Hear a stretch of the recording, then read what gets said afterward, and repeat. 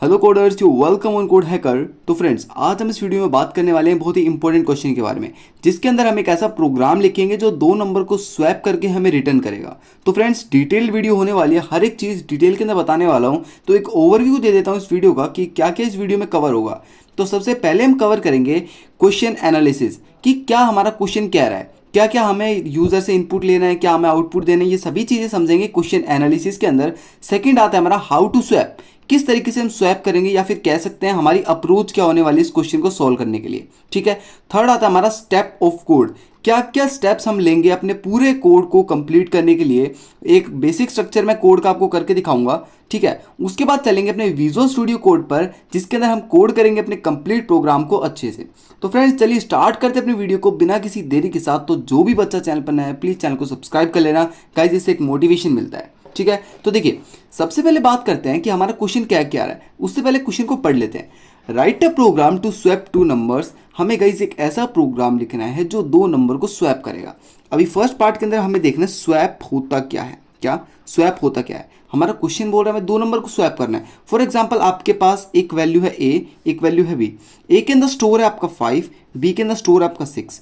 आपको एक ऐसा प्रोग्राम लिखना है कि जब आप उस प्रोग्राम के अंदर से ए और बी को पास करें, जब आप उस प्रोग्राम के अंदर से ए और बी को पास करें तो आपको रिटर्न में क्या मिलेगा? रिटर्न में आपको ए की वैल्यू मिलेगी 6, बी की वैल्यू मिलेगी 5। तो ये काम आपको करना है। ये आप कैसे करने वाले हैं? तो ये पास वाला प्रोग्राम हमें राइट करना है। मेन चीज आप यहां पर ध्यान दीजिए। ठीक है।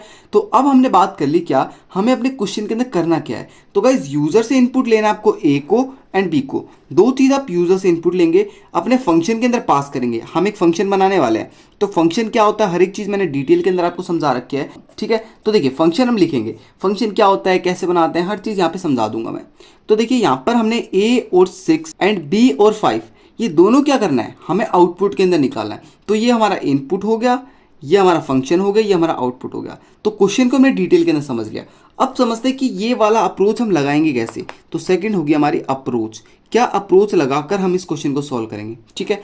तो देखिए गाइस, फॉर एग्जांपल आपके पास ये बॉक्स है। ठीक है। इस बॉक्स का नाम है ए, ये वाला बॉक्स है बी, इस बॉक्स का नाम है बी। ठीक है। इसके अंदर स्टोर है 10, इसके अंदर स्टोर है 20।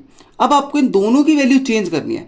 तो उसके लिए मैं आपको एक चीज दे देता हूं। क्या आपको एक और बॉक्स दे दिया गया, ये बॉक्स है आपका सी बॉक्स है जो कि खाली है। ठीक है। अब क्या करेंगे, अब जो ए का मटेरियल है वो गाइस मैं सी वाले के अंदर डाल देता हूं। तो ए क्या हो गया, यहां पर ए हो गया हमारा खाली।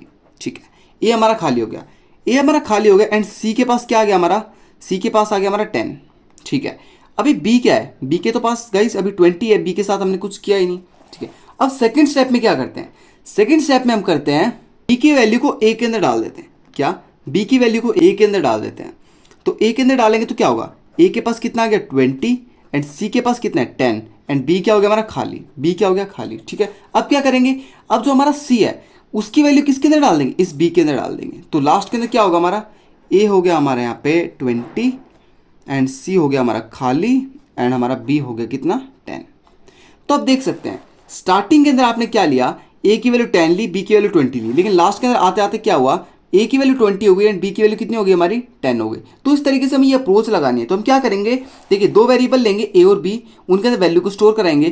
थर्ड वेरिएबल ले लेंगे जो कि क्या होगा हमारा खाली होगा, ए की वैल्यू सी के अंदर असाइन कर देंगे, देन ए खाली हो जाएगा तो बी की वैल्यू ए के अंदर असाइन कर देंगे, देन अब बी खाली हो जाएगा तो जो सी की वैल्यू थी वो बी के अंदर आ जाएगी। इस तरीके से हम अप्रोच लगाने वाले हैं। यहां तक हमें समझ आया।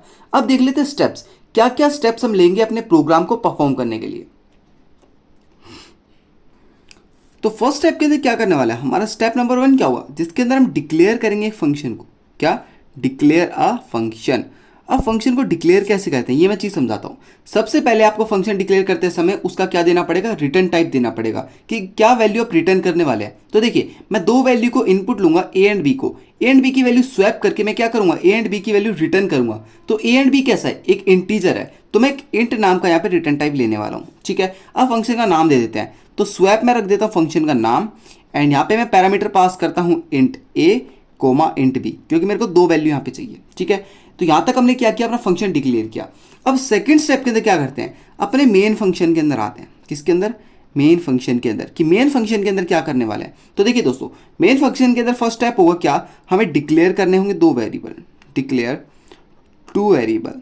देखिए अभी मैं 2 वेरिएबल डिक्लेयर कर रहा हूँ, लेकिन जो थर्ड वेरिएबल होगा वो कहाँ पे डिक्लेयर करेंगे, अपने फंक्शन के अंदर, क्योंकि सारा काम कहाँ पे होने वाला है, अपने फंक्शन के अंदर होने वाला है। ठीक है, सेकेंड स्टेप के अंदर क्या करेंगे, इसको इनपुट लेंगे यूजर से, इनपुट लेंगे अपने यूजर से। ठीक है, दोनों वैल्यू को इनपुट ले लिया। थर्ड स्टेप के अंदर क्या करेंगे, अपने फंक्शन को कॉल कर लेंगे, कॉल द फंक्शन। फंक्शन को कॉल कैसे करते हैं, फंक्शन का नाम लिखेंगे स्वैप, ब्रैकेट लगाएंगे ए कोमा बी। अभी जो यूजर ए की वैल्यू डालेगा एंड बी की वैल्यू डालेगा वो उठकर कहाँ जाएगी, इस ए और बी के अंदर जाएगी। एंड ये ए बी की वैल्यू कौन एक्सेस कर सकता है, हमारा फंक्शन यहाँ पे ए और बी की वैल्यू एक्सेस कर सकता है। ठीक है, तो अब लिखते हैं अपना फंक्शन डेफिनेशन, जो कि हमारा थर्ड स्टेप होगा।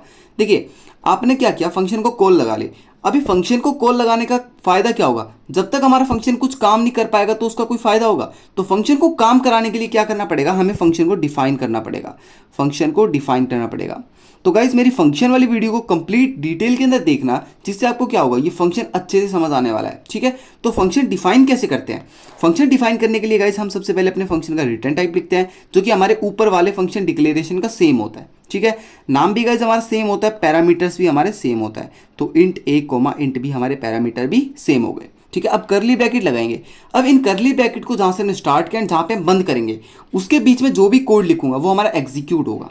समझ गए, तो अब क्या करेंगे, देखिए यहाँ पे मैं एक थर्ड वेरिएबल लेता हूँ इंट टेम्प। इंट टेम्प नाम का मैंने एक थर्ड वेरिएबल लिया, जिसके अंदर क्या है, अभी कुछ भी नहीं है। तो अब क्या करेंगे, हम a इक्वल टू क्या कर देंगे, सॉरी हम क्या करेंगे यहाँ पे फर्स्ट स्टेप के अंदर क्या करेंगे, देखिए सबसे पहले टेम्प है, उसके अंदर किसकी वैल्यू डाल देंगे, ए की वैल्यू डाल देंगे। अभी ए क्या हो गया, खाली हो गया। अभी ए खाली है तो ए के अंदर किसकी वैल्यू आ जाएगी, बी की वैल्यू आ जाएगी। देखिए मैं यहाँ इक्वल टू का साइन लगा रहा हूँ, तो इसका मतलब क्या हुआ कि जो हमारा लेफ्ट वाला ऑपरेटर है, कौन सा, जो हमारा लेफ्ट वाला ऑपरेटर है, उसके अंदर क्या जाएगी, राइट वाले ऑपरेटर की वैल्यू जाएगी। समझ गए, इतना समझ आ गया। ठीक है, अभी जो ए है वो गाइस हमारे लेफ्ट में है, तो बी की जो वैल्यू है वो ए के अंदर जाके स्टोर हो जाएगी। अब समझ, अब बी क्या है, खाली, बी खाली है तो बी के अंदर किसकी वैल्यू आ जाएगी, हमारी टेम्प की वैल्यू आ जाएगी। टेम्प क्या है, टेम्प गाइस खाली था, खाली होने पर ए की वैल्यू टेम्प के अंदर डाली, तो अब क्या हुआ, ए खाली हो गया। अब ए के अंदर बी की वैल्यू डाल दी, अब क्या हुआ, बी खाली होगा। बी खाली होने पर बी के अंदर किसकी वैल्यू डाल दी, टेम्प की वैल्यू डाल दी। तो भाई ए और बी क्या हो गए, स्वैप हो चुके हैं। तो मैं यहाँ पे रिटर्न कर देता हूँ, क्योंकि हमारा रिटर्न टाइप क्या था, इंट था ना, तो मैं इंटीजर वैल्यू रिटर्न करने वाला हूँ। तो मैं करता हूँ ए कोमा बी को मैंने क्या कर दिया, रिटर्न कर दिया। यहाँ तक समझ में आया, हाँ बिल्कुल अच्छे से समझ में आया। तो यहाँ पे क्या हुआ ना, फंक्शन कंप्लीट हुआ, हमने डिटेल के अंदर समझा क्या क्या अप्रोच हम लगाने वाले हैं, कैसे हम इस क्वेश्चन को सॉल्व करेंगे, स्टेप्स देखिए अपने पूरे। तो फ्रेंड्स वीडियो को लाइक करना, चैनल को सब्सक्राइब करना। अब चलते हैं अपने विजुअल स्टूडियो कोड पर एंड इसको कोड करके देखते हैं हमारा प्रोग्राम वर्क कर रहा है नहीं कर रहा। हाँ तो फ्रेंड्स हम अपने VS कोड पर आ चुके हैं, फटाफट अपनी हेडर फाइल लिखते हैं। तो सबसे पहले अपनी हेडर फाइल लिखते हैं #include stdio.h। हेडर फाइल लिखने के बाद अपना मेन फंक्शन लिख लेते हैं इंट मेन। ठीक है, यहाँ तक समझ में आया। अब क्या करने वाले, अब गाइस एक फंक्शन को डिक्लेयर करते हैं।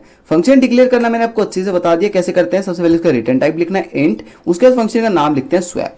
ठीक है, यहाँ तक समझ में आ गया। अब लिखते हैं यहाँ पे इंट ए कोमा इंट बी, ये हमारे क्या है, पैरामीटर्स हैं। ठीक है फ्रेंड्स, अब क्या करने वाले हैं, अब अपने मेन फंक्शन के अंदर एक वेरिएबल बनाते हैं इंट ए कोमा बी। एक दो वेरिएबल बनाए मैंने, int a and int b. ठीक है, अब क्या करने वाले हैं, दोनों वेरिएबल को यूजर से इनपुट लेंगे। तो मैं डालता हूं अपना printf enter the value of a and b, ये मैंने यहाँ पे लिख दिया। ठीक है, अब क्या कर लेते हैं, स्कैन करा लेते हैं ए एंड बी को।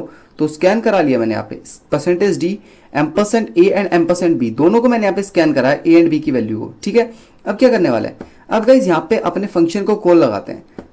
उससे पहले क्या करते हैं गाइज, अपनी ए एंड बी की वैल्यू को प्रिंट कराते हैं, जिससे क्या होगा, जो आपकी ए एंड बी की वैल्यू है वो चेंज होने पर आपको एक डिफरेंस दिख जाएगा कि पहले ए और बी क्या था एंड बाद में ए और बी क्या हुआ है। ठीक है, तो मैं ए और बी की वैल्यू को प्रिंट करा लेता हूँ, जिसके लिए मैं लिखता हूँ बिफोर स्वैपिंग। स्वैपिंग से पहले ए और बी की वैल्यू क्या होगी वो यहाँ पे प्रिंट हो जाएगी। ठीक है, अब यहाँ पे करते हैं अपना फंक्शन को कॉल। तो मैं करता हूँ अपने फंक्शन को कॉल, देन लिखता हूँ मैं स्वैप एंड यहाँ पर मैं लगाता हूँ ए कोमा बी। ठीक है, यहाँ तक समझ में आ गया। अब क्या करते हैं, मेन फंक्शन हमारा कंप्लीट हुआ, अब अपने फंक्शन को डिफाइन करते हैं। तो फंक्शन को डिफाइन कैसे करते थे, सबसे पहले लिखते थे उसका रिटर्न टाइप इंट एंड यहाँ पर उसका नाम स्वैप। ठीक है, देन ब्रैकेट्स। अभी क्या करने वाले हैं, यहाँ पे लिखने वाले पैरामीटर इंट ए कोमा इंट बी, दोनों पैरामीटर मैंने यहाँ पे लिख दिए, करली ब्रैकेट लगाएंगे। अब सबसे पहले क्या करेंगे, एक टेम्प नाम का वेरिएबल बना लेंगे। तो इंट टेम्प नाम का मैंने एक वेरिएबल बना लिया। अब नेक्स्ट स्टेप के अंदर क्या करेंगे, नेक्स्ट स्टेप के अंदर हम क्या करेंगे, टेम्प के अंदर ए को डाल देंगे। तो मैंने टेम्प के अंदर क्या डाल दिया, ए को डाल दिया। ठीक है, इससे नेक्स्ट स्टेप में क्या करेंगे, हम ए के अंदर बी को डाल देंगे। जैसे आपको यहाँ पर दिखाई दे रहा है, ए इक्वल्स टू कितना है बी, तो इसके अंदर मैंने बी को डाल दिया। ठीक है, तो मैं इसको यहाँ से हटाता हूँ थोड़ा,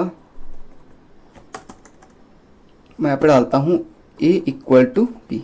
ठीक है फ्रेंड्स, अब हम क्या करने वाले हैं, अब जो हमारा टेम्प होगा वो कहाँ पर आ जाएगा, b इक्वल टू ए के अंदर। तो मैंने यहाँ पे फिर से कर दिया b इक्वल टू टेम्प। अब जो टेम्प की वैल्यू थी वो b के अंदर आ गई। ठीक है, अब गाइस प्रिंट करा लेते हैं आफ्टर स्वैपिंग का।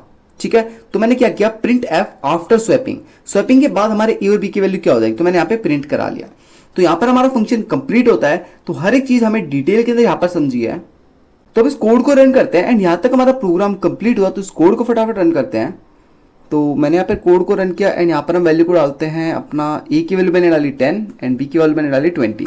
तो आप लास्ट के अंदर देखेंगे ए की वैल्यू कितनी होगी यहाँ पे 20 एंड बी की वैल्यू कितनी होगी 10। तो इस तरीके से हमने क्या लिखा, हमने स्वैपिंग का प्रोग्राम लिखा। तो फ्रेंड्स वीडियो आपको अच्छी लगी तो लाइक करना एंड फ्रेंड्स इसी तरह की इंटरेस्टिंग क्वेश्चंस को, थ्योरी को सी के अंदर समझने के लिए गाइस चैनल को सब्सक्राइब कर लेना, क्योंकि फ्रेंड्स बहुत डिटेल के अंदर आपको यहाँ पर चीज समझाई जा रही है। तो फ्रेंड्स मिलते हैं नेक्स्ट पार्ट के साथ, अभी के लिए थैंक यू सो मच।